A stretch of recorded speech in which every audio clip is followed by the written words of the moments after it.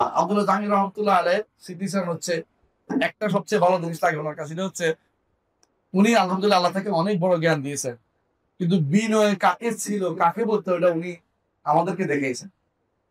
উনি আমার সাথে, আমি 2 দিন ইসলামিক টিভিতে প্রশ্নোত্তর দিতাম, উনি 2 দিন দিতেন। আপনারা জানেন ইসলামিক টিভি যতদিন ছিল, ইসলামিক টিভি কোনো অ্যাড ছিল না, মহিলা ছিল না, আপনারা জানেন এটা কোনো নাটক টাটক ইয়ারা, খবর পড়তো পুরুষরা এবং সত্য যেটা এটা বলতো। কোন ইসলামিক টিভি একটা ভালো দিক ছিল, তা আমরা সেখানে প্রশ্নোত্তর দিতাম।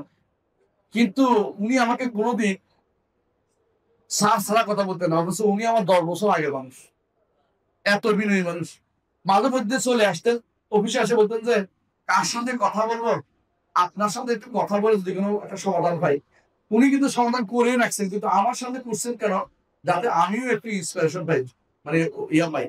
মাঝে মধ্যে এসে বলতেন আপনি যে এখানে পড়াচ্ছেন কিচ্ছু তৈরি হবে না স্যার, আমি পরীক্ষা করে দেখছি, চলেন আমরা ঢাকাতে কিছু করি, অমুক জায়গায় কিছু দাওয়াতের কাছে বের হই, এটা ছাড়া পথ নাই।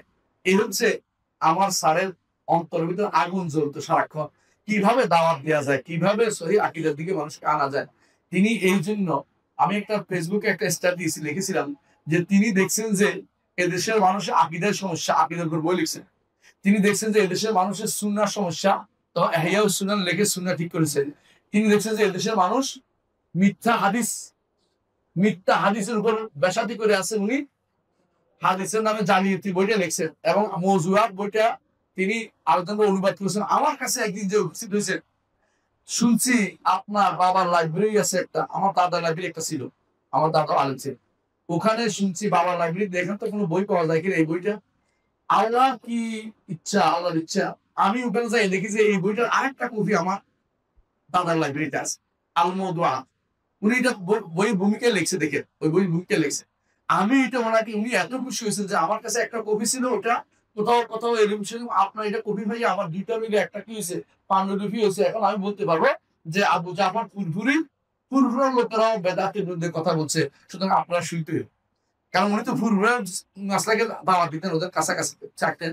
তো উনি বলছে ফুরফুরাকে ধরতে হলে এগুলি দিয়ে ধরতে হবে। আমি যদি বলি যে ওই ইয়াস এই আব্দুল মোহাম্মদ আব্দুল্লাহ বলছে নিবে না, ফুরফুরার একটা লোক দিয়ে বলাইতে পারলে সুবিধা হবে, এইভাবে চিন্তা করতেন কিভাবে দাওয়াত দিতে হয়।